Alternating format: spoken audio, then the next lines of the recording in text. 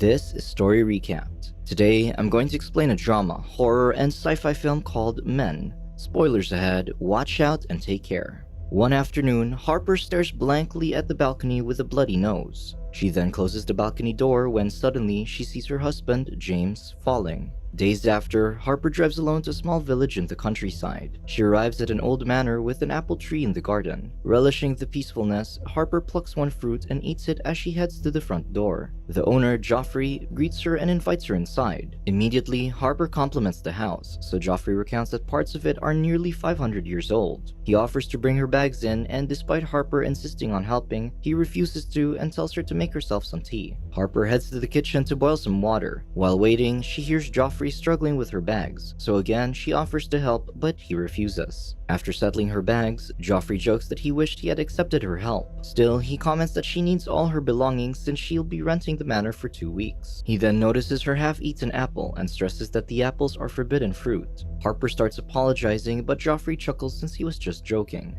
Instead, he encourages her to eat them since the apples just fall to the ground and spoil, which attracts wasps. Joffrey then gives her a tour of the manor. When they reach the master bedroom, Harper notices the view of the church spires, so Joffrey shares that they're near the village where there's a good pub. He then asks if she'll be staying alone, which she confirms. Confused, he asks where her husband is, noting how she booked the manor as Mrs. Marlowe. Harper explains that she hasn't updated her name yet, and Joffrey awkwardly drops the topic. After the tour, Joffrey hands her the only keys to the manor, though he comments that she doesn't need to lock the door since the area is safe. He then heads out, reminding her that he lives down the lane if she needs help. Finally alone, Harper calls her friend Riley to share her doubts about splurging on renting a manor. Harper adds that Joffrey asked about her husband, but she implied that they had divorced. Riley's tone gets serious, but Harper waves off her worries, promising that she's just gonna have to get used to the questions. Suddenly, the video call starts glitching, momentarily showing a screaming face. Riley doesn't notice this, so Harper just convinces herself that the signal was temporarily cut off.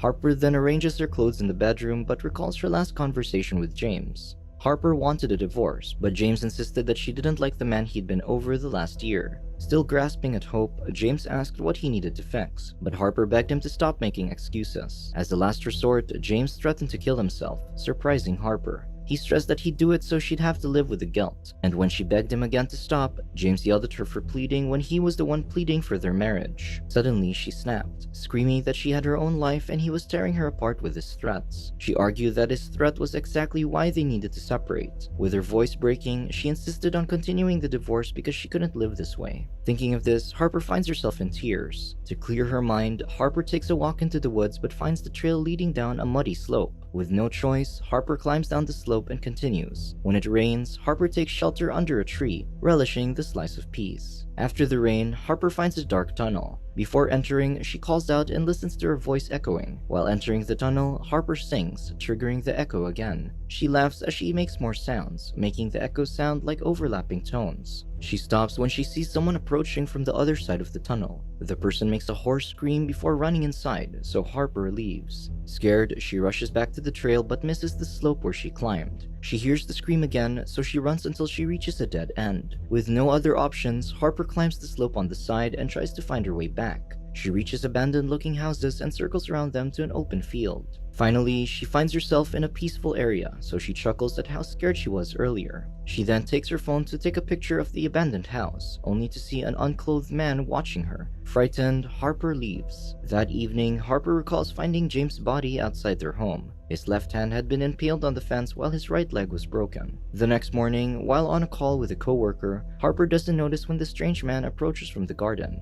While Harper pours herself a cup of tea, the strange man reaches the glass door. His reflection reveals a scarred face, resembling Joffrey. He moves away when Harper returns to the table. After the call with her coworker, Harper answers a video call from Riley, who's hoping to get a tour of the manor. Harper shows her around, then moves to the piano room, where she shows her the view outside. Finally, Harper notices the strange man picking apples from the tree. Frightened, Harper drops Riley's call and calls the police, but the man suddenly disappears. Harper checks around and notices the front door ajar. When it moves, Harper quickly slams it shut and locks it, telling the operator on the phone that the man is trying to get inside. The man reaches into the mailbox, so Harper moves away while the operator assures her that the police are on their way. The horrifying situation reminds Harper of her fight with James. After their argument, James started thrashing the bedroom, so Harper texted Riley for help. Seeing this, James snatched her phone to read her message. He criticized her for making herself look like the victim when he was the one who was scared. Suspicious, James wanted to see her other messages, but the phone was already locked, so he demanded she unlock it. When she refused, he punched her. At the manor, the police soon arrive and apprehend the strange man, though one of the officers looks like Joffrey as well.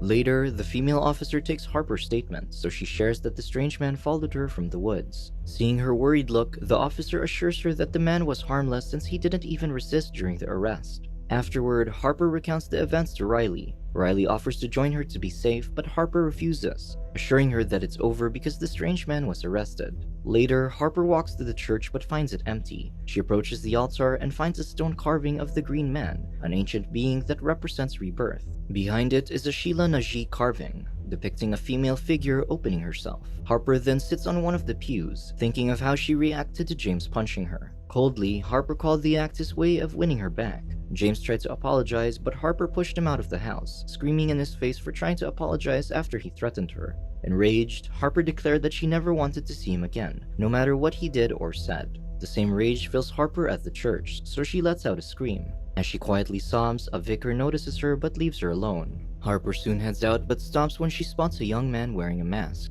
When he removes his mask, he again resembles Joffrey. The young man asks to play hide and seek, but Harper declines, making him angry. The vicar approaches, and Harper sees that he resembles Joffrey as well. The vicar calls the young man Samuel and asks him to leave Harper alone. Pissed, Samuel puts his mask back on and leaves. The vicar apologizes for Samuel's behavior, then brings up that he saw her crying at the church. She soon shares how she wanted to divorce her husband, so he hit her. She admitted to getting angry, so she threw him out. Later, she learned that James forced his way into the loft above their home, hoping to climb down from the balcony to theirs, but he slipped and fell, though he might have let go on purpose. The vicar sympathizes with her, placing his hand on her leg. He notes that she's haunted by the guilt and of wondering what could have happened instead if she'd made a different choice. When she agrees, he removes his hand from her leg, then sits back. Suddenly, the vicar asks why she made James do it. Harper clarifies that she didn't, so the vicar asks if she let James apologize for hitting her. Harper didn't, so the vicar explains that it's normal for men to strike women occasionally, but if Harper accepted James' apology, he'd still be alive.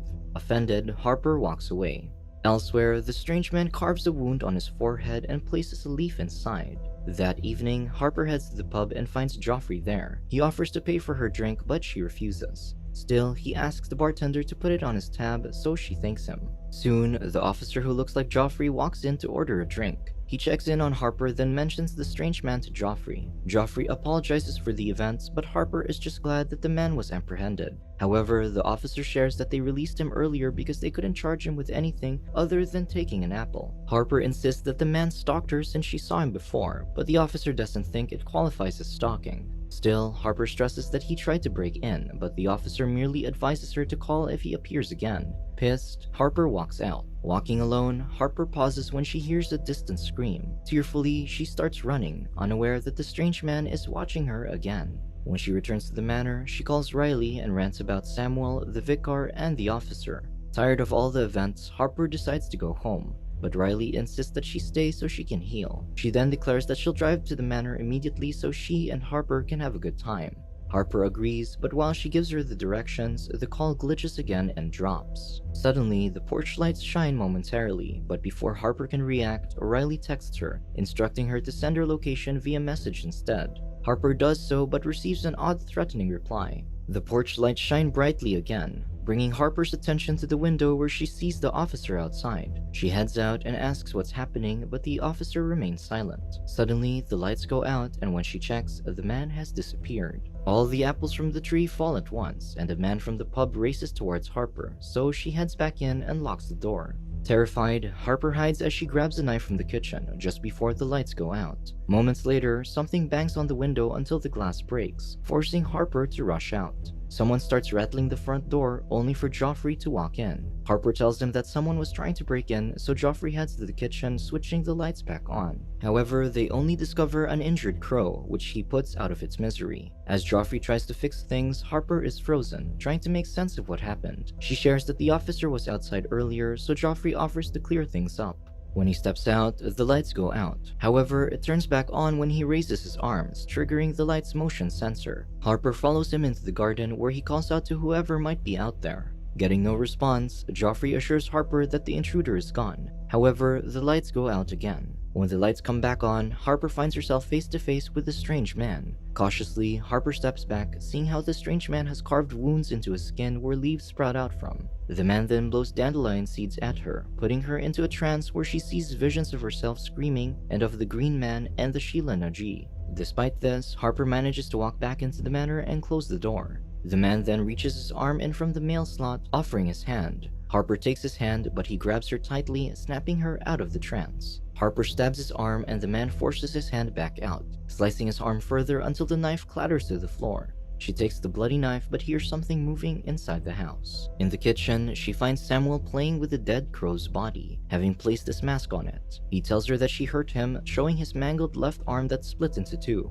He calls her mean for not playing hide and seek with him, but claims that she'd have to play now. Samuel approaches Harper, but she can't bring herself to harm the younger boy. Instead, Harper just backs away and closes the door on him. Still, Samuel takes this as a game and starts counting to 10. Harper counts along, and when she reaches 10, the front door slams open, revealing another pub patron rushing towards her with the same mangled arm. Harper runs until she reaches the bathroom and closes it. With everything silent, Harper backs away, watching the door. Someone opens it, and the vicar appears, also bearing the same mangled arm. He washes the blood from his arm, and Harper asks what he is. The vicar answers that he is a swan, then asks when she had her first intimate experience. He admits to picturing her opening her body to him and laments at his attraction to her, declaring that it's her power that controls him. The vicar then approaches her and grabs at her skirt. Frozen in fear, Harper watches as he kneels before her until she finds the courage to raise her knife to his chin. Undeterred, the vicar towers over her and grabs her throat between his mangled arms. He chokes her against the mirror, but Harper's cries die down, and the vicar moans. Between them, Harper has buried the knife into his stomach. She kicks his body off of her and rushes out of the house. She reaches her car and drives away, only to run over Joffrey. She stops the car in horror and watches him get up on his own. Joffrey approaches the car and, taking advantage of her confusion, drags her out of the car.